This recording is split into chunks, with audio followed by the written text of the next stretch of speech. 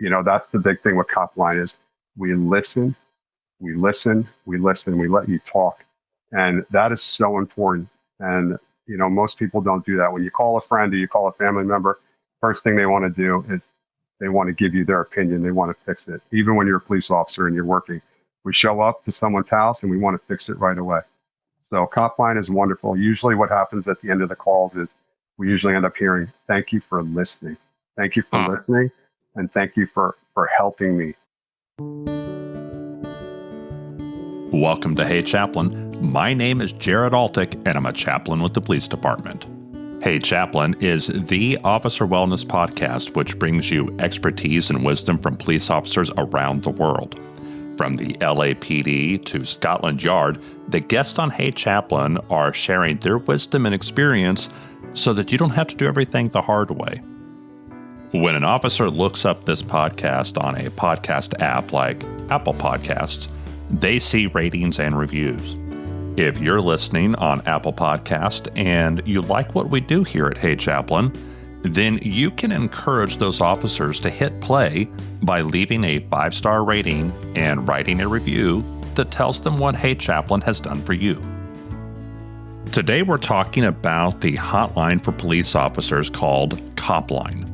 COPLINE provides 24/7 confidential services to active and retired law enforcement officers and their loved ones.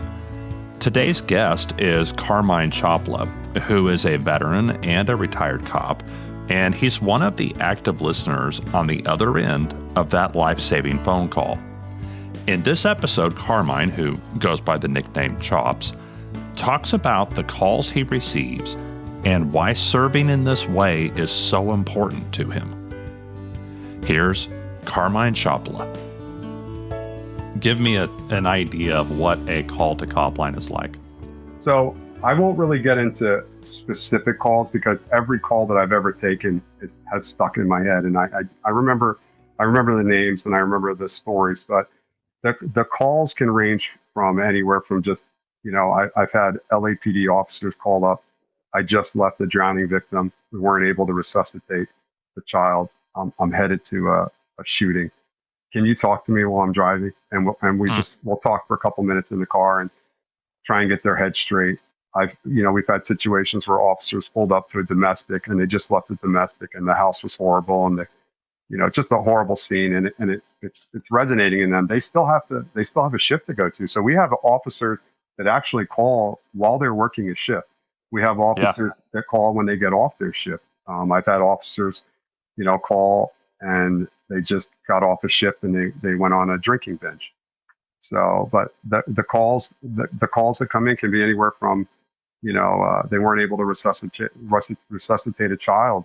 They were at a domestic, a house burned down. They lost the individuals that were in the house. Maybe they've had a fight with their spouse, their loved one. And then it's gotten to the extreme where I've had suicidal callers call up and we've been able to talk them through it and get them help. And we don't generally hear back from individuals that call in, our brothers and sisters that call in, but there has been an occasion or two. And one that I really remember was, the individual had emailed Stephanie, our director at COPLINE, Stephanie Samuels. And the email was about 3 or 4 pages long. He was a combat veteran like myself. He was having some financial issues, going through a divorce, issues with his daughter. And we talked through it.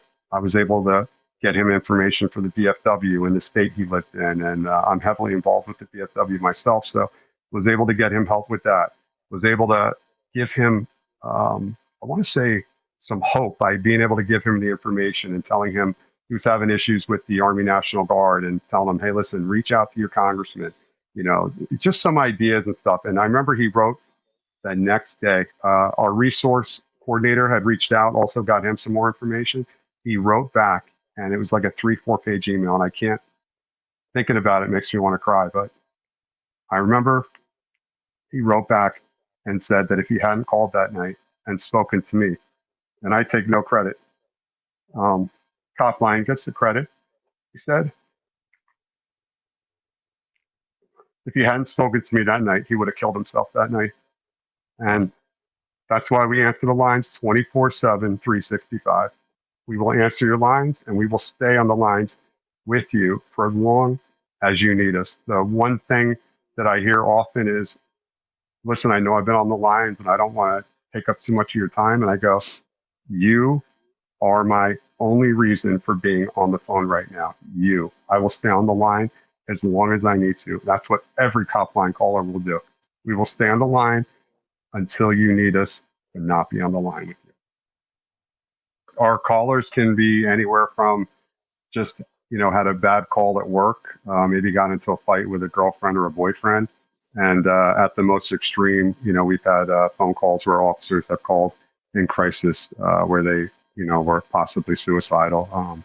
And we handle every call the same way. We're talking to a brother and sister in need or a family member if they've chosen to call themselves. Yeah. Do you know how frequently COPLINE is accessed? I mean, do you guys have do you know, like in your region, we get X number of calls in a certain time period? I can tell you we do have the statistics that are out there, but the hotline is generally used quite actively. It's not often that we go a shift without receiving calls. Sometimes the calls are mild in nature. Sometimes they elevate all the way to the point where, high risk crisis situations. There's really no set pattern. You would think that holidays or certain times of the year the calls would be higher, but there's really no pattern. It could be 6 a.m. on a Monday morning. It could be 3 o'clock on a Saturday night. So there's really no pattern to the call. It's when the officer or family member realizes that they need to call, they need to reach out. How often are you taking a shift? When you sign up a COPLINE, they ask that you commit to 2 shifts a month. I generally try and do 4 to 6 a month. And then I also have an ancillary duty where I'm the Eastern Region Coordinator for COPLINE. So I'm responsible to go out and touch base with police departments and, go out and do outreach work and just, I go wherever we go as a regional coordinator. We go where we need it. It doesn't matter if it's one person in need. It could be an entire police department. We're going to be there for you. Tell me a little bit about your background. Yeah, so I come from a long line of military combat veterans. My grandfather, my father, all retired combat veterans, and I decided that after leaving university, I wanted to continue with the family tradition, and I wanted to serve in the military. And throughout growing up, I always wanted to be in the military, and I wanted to be a police officer. It was a calling for me from a very young age. I wanted to help people, and growing up and witnessing that, I wanted to be that person. So at the age of 22, I joined the Air Force. The Air Force at the time was the only branch of the military where you could be a police officer and you didn't have to have a couple of years in the military. And within a couple of months of getting to my first duty station, I was deployed overseas and in the combat zone. So I spent a majority of my time deployed in the Middle East. And we used to do, I had a pretty cool job. People always make fun of you when they say you're in the Air Force, but we would open and close bear bases in the Middle East. So a lot of people don't realize, but special forces don't have cargo handlers to take stuff off of planes and stuff like that. So what we would do is we would fly into a bear base in the middle of nowhere, and we would set up security. We would set up comm. We would do everything. And then once that was set up, special forces would come in and they would take over the base. We would hand over everything to them. And once they were secure, we would take off and we would go somewhere else. And we would either open or close these bases. I also did a couple deployments where we were there in support of the mission themselves. But yeah, that's what I did a lot of time. Loved my time in the Air Force, and I really wish it could have been longer. I was a member of the Department of Defense Police. It would be kind of like a prosecutor's office, or almost like to the level of almost like the state police. We had a very large jurisdiction, and then we have patrolmen. We have all the ranks of a normal police department. I was also an investigator for most of my career. And, you go out and you do the normal duties of a police officer, just on with federal properties involved. And then any threats towards, federal property or personnel or whatever, we would go out and we would investigate. And then during my time there, I also got to do a lot of special duties with, either gang task force or, JTTF with the Air Force. So it was a good job. And it was one of the few jobs that I was eligible for because I had some injuries from the military. So I wanted to be a police officer, and I was very lucky to be able to do that and help people, because that's usually what police officers, want to do the job for. They want to help people. Hey, you mentioned your injuries. What happened? So I did have a few situations where I had head, neck, and shoulder trauma, which, I kind of, live with to this day. And we worked through it. But they retired you. Yeah, I was medically retired. Yeah. Yeah. And then ultimately, that's what happened in your law enforcement job as well, right? Yeah. So the injuries worsened over the years, and prevented me from being able to fulfill my full duties. Yeah. Yeah. That's a type of loss that a lot of guys, I mean, it's not unusual to find a cop who on their phone or on their desktop computer, they have literally counting down the months, days, and hours until they retire, right? But at the same time, it's a big part of your identity. And to be so invested in that work, both military and law enforcement, and then to have it taken away, not really on your schedule, that's a tough loss to endure. Yeah, everybody kind of jokes around at work, I have this much time to go. I can't wait to retire. I'm going to do this when I retire. And when that day comes along, it's a very sad day. It's your, like you said, it's your identity. To this day, 20 plus years later, I am proud of my military service. I'm proud for the time that I was able to give. And I wish I could have given more. I am fortunate these days. I'm very involved with the VFW. I'm a district commander, and I'm a post senior vice commander. So I'm still involved with the VFW, with the military. But yeah, a part of me was ripped away. And I do remember both days being very sad days for me. Why do Americans in uniform have so much trouble with alcohol? Well, I will tell you that I remember when I joined the military, and I was married for a short period of time when I was in the military. I remember the first time my wife came up to me and she said, "Hey, we're going to go to a baby shower." And I was like, "Oh," I was 22 years old, 23 at the time. And I was like, "Oh, I've never been to a baby shower before." She goes, "Oh, no, it's okay." She goes, "The guys come, you guys will all be in the volunteer fire department, and you'll be watching football and drinking beer." And I remember at the time thinking that's kind of weird, like going to a baby shower and drinking.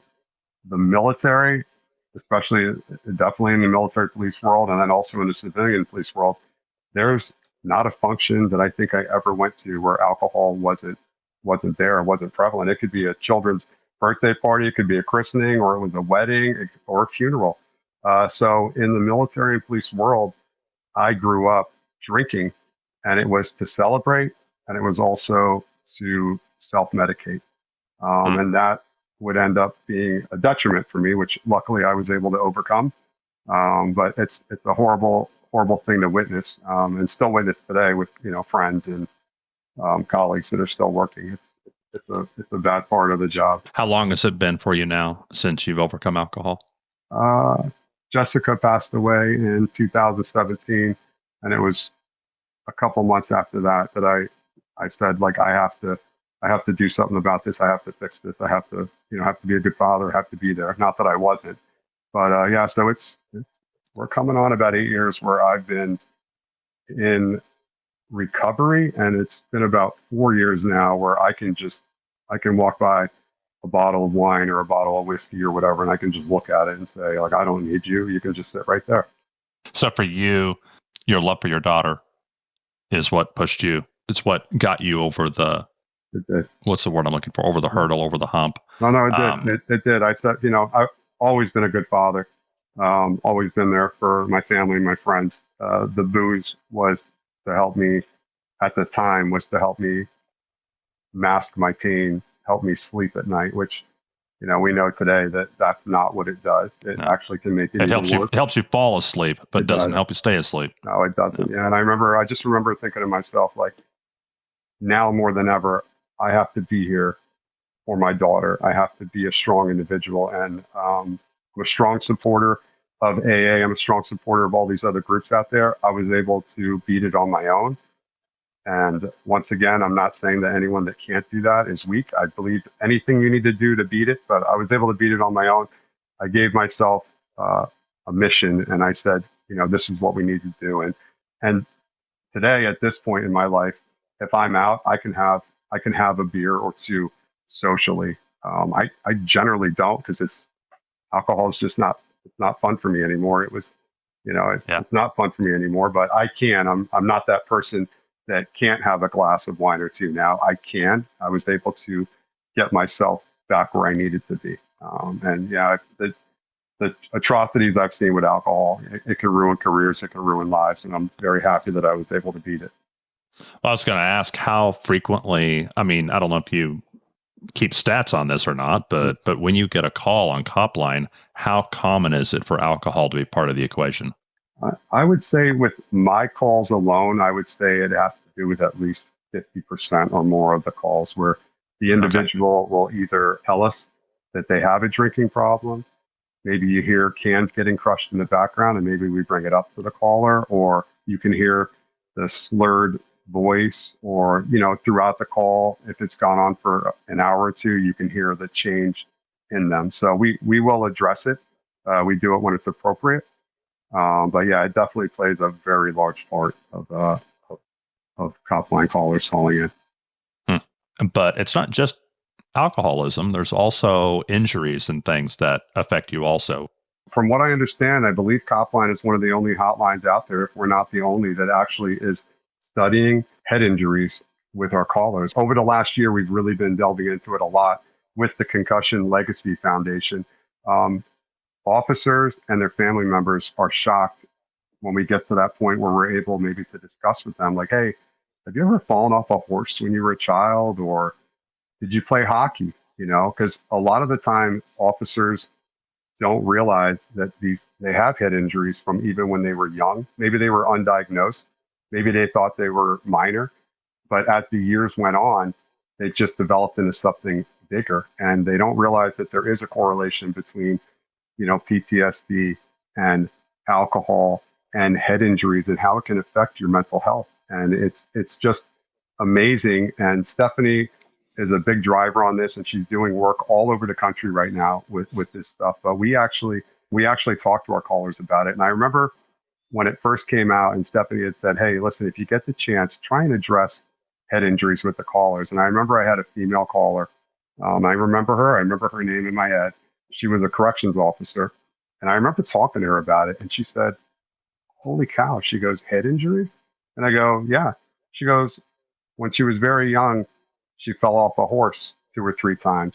There was a point where she was standing at a bus stop as a young child, and the bus had pulled in, a city bus, and had hit her. And then it just went on to car accidents and being assaulted in the prison and everything.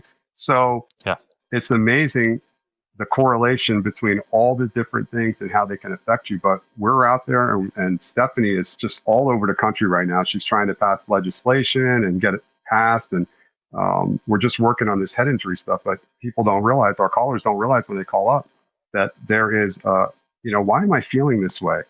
It doesn't feel right. Well, there's a possibility that there's an undiagnosed, trauma to the brain that has occurred. So we're actually assisting callers now and saying, hey, maybe you should go see a neurologist, or have you ever had this checked out, or whatever. So that also is huge, and it's helping our callers realize that, wow, all this time I thought that there might be something wrong, but I didn't know. Yeah, from all sorts of sources too, like you were saying, sports injuries and car accidents and fights and explosions and. But it's crazy because when you talk to the caller about it, and you say, like, hey, have you ever had a concussion? And they're like, well, I don't really think so. But then you talk to them and say, all right, well, have you ever had anything serious happen? They're like, well, yeah, I fell off a horse. I was hit by a bus. I was like, So then it almost, you hear that sigh of relief in their voice almost sometimes, and they're like, holy cow. And we're like, listen, maybe go get this checked out. Maybe go get seen by a neurologist or whatever. And they're like, oh my God, thank you so much. I never thought of that, because you don't think of it, because I've had repeated head trauma, over the years between both the jobs, and you don't think about it, but the brain doesn't forget. When there's an injury and another injury and another injury and another injury, they just compound and they get worse. So that's another big thing about COPLINE. There's a path forward. Yeah. If it's like, oh, well, I could have this checked out and it may provide some answers, that can keep them moving forward and potentially provide some solutions. But even if there's not anything they can do, it's still a path forward to finding answers, and that's important for us as human beings. Right. Why do you volunteer for COPLINE? Why are you invested in this? I believe that COPLINE is a calling for everybody in the COPLINE family. I truly believe that each person has their own reason for it. Me personally, I remember I think it was like 3 or 4 a.m. in the morning. I wasn't sleeping at the time. And I remember I got an email from the FOP, and it said looking for active listeners. And I remember looking at that, man, that would be wonderful. That would be wonderful to do. Let me apply for this. I don't think they're going to take me, but let me apply. And I think the push for it was a very good friend of mine was involved in a officer involved shooting. It was a justified shooting, and he ended up being medically retired, and he had a problem with alcohol for many years, which he has since beat that problem now, and he's doing a lot better. I've had multiple friends in the military and military police, and also in civilian the police world have taken their lives. People very close to me. I've seen a lot of death and destruction through the jobs, through the military, and I just said, this is something that I really think that I might be good at. I applied and I was accepted, and it's no turning back. I wish I could take a shift every day if I could.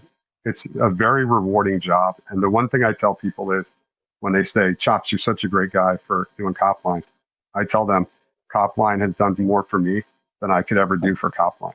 It's such a rewarding position to hold, knowing that you can help a fellow brother or sister or even a family member in need.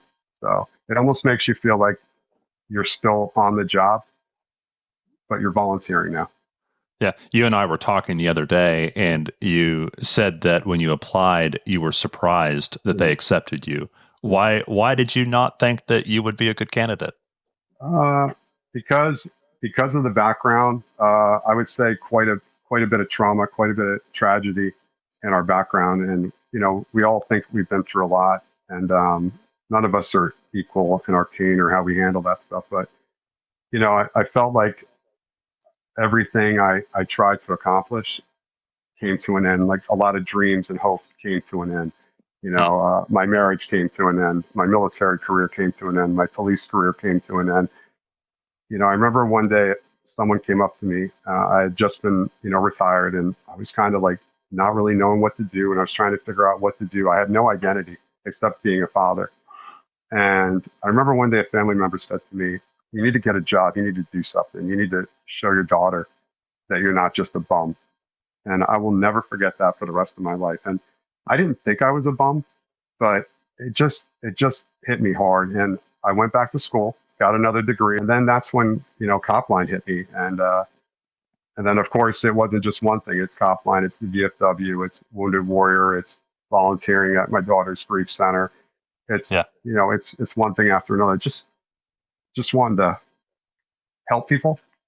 I always tell people, Chops, you do a lot of volunteer work. You do a lot of this. I tell people, I feel by helping other people, it helps me forget about some of my bad stuff and keeps me focused in the right direction. So I love it. I love COPLINE. It's just amazing. Every individual that volunteers at COPLINE is amazing. Our founder, Stephanie Samuels, when she started COPLINE in 2004, she had, I believe, 4 cell phones that she used to carry with her everywhere. She is just an amazing woman, and I can't imagine where we would be today if COPLINE wasn't here. You have had a lot of loss, but you've also had things restored to you. You found somebody, didn't you? Yes, my just got recently married on October 4th of last year to who I consider to be my best friend. And Bobby Joe is an amazing woman. She is a counselor, and she's a director at a university. And her job is to help students transition, help students that have a hard time transitioning. And we met because at the time she was volunteering 6 nights a month where Mackenzie goes for her grief therapy. And I think it was about maybe a year in, we were getting ready to take the break for the summer because the kids go on break. And, we started talking, and we realized that, we both kind of had, liked each other, but it was just a weird situation. You're at a grief center, You had a similar mission, though. You had similar purpose in your life, right?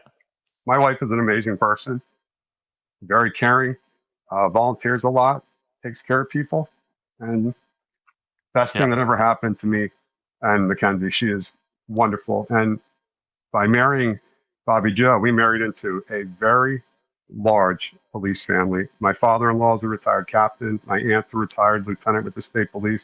My brother-in-law is a sergeant first class with the state police. Cousins, nephews, nieces, police officers. I mean, what a huge family. And I am happy knowing that if they ever needed me or needed Copline, that we're going to be there for them also. Tell me, if someone is listening to this now, why should they call Copline? Who should call? Why should they call? You should call Copline if you need someone to listen to you, to not judge you, and maybe be able to relate with you a little bit.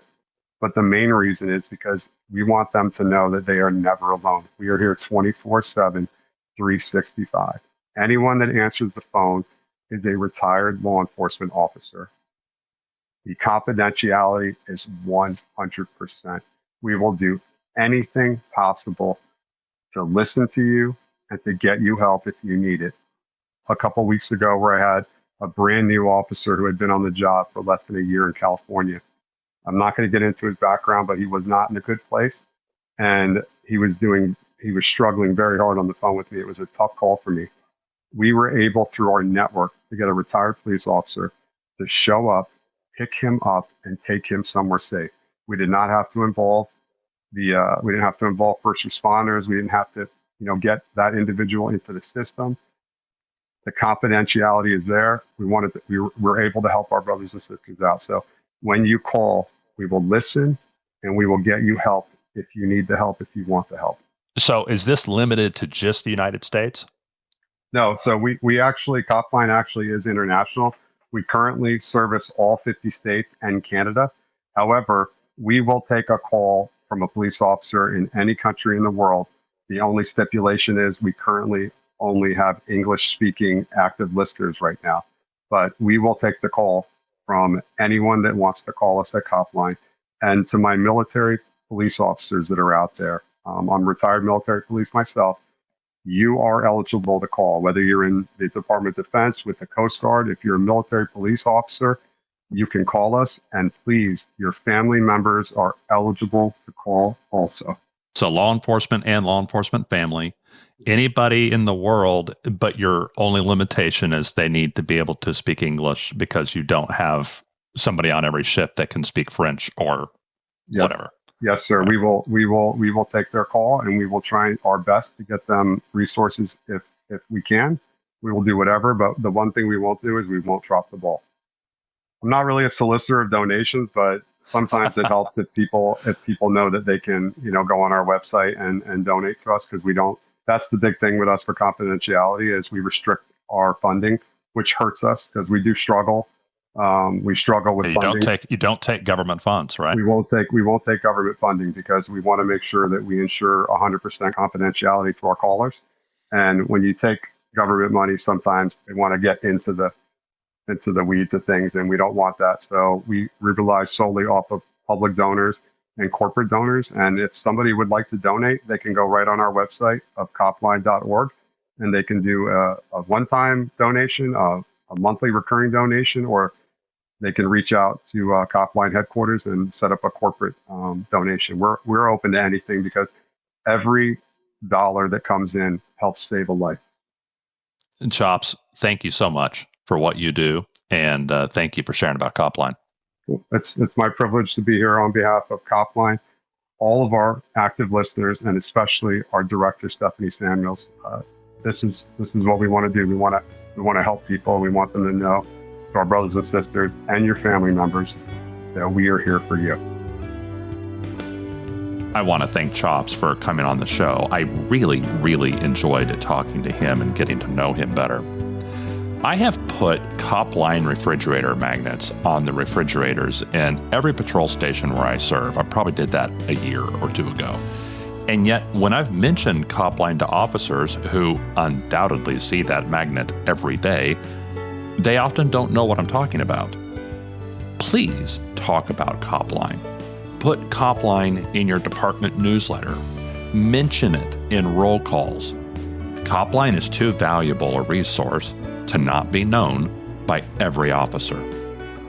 The website and number are in the show notes, but in the U.S., you call 1-800-COPLINE, and the website for more information is copline.org. On the next episode of Hey Chaplain, we talk to the detective who actually handcuffed the BTK serial killer. Were you optimistic in 2003? Like, oh, we'll get this eventually? Or just like, boy, we may work this the rest of our lives and never find out?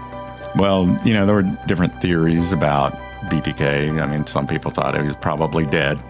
He hasn't killed anybody that we're aware of recently, so he may have moved to another city, maybe killing people there. We don't know. Yeah. But, or it could be somebody that committed some other crime and is spending life in prison for that.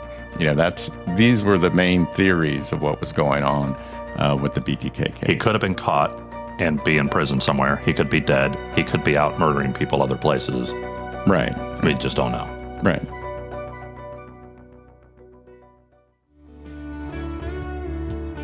This show is free for everyone because of those supporters who are quietly helping behind the scenes. Thank you, thank you, thank you. You guys mean so much to me. If you want to help this show reach more cops, chaplains, and other first responders around the world, please follow the link in the episode description to support the show. The views expressed here are the personal views of the hosts and our guests and do not necessarily represent the views of any law enforcement agency or its components.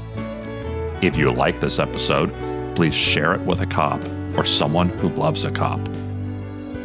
Thank you for listening to Hey Chaplain, and as always, pray for peace in our city.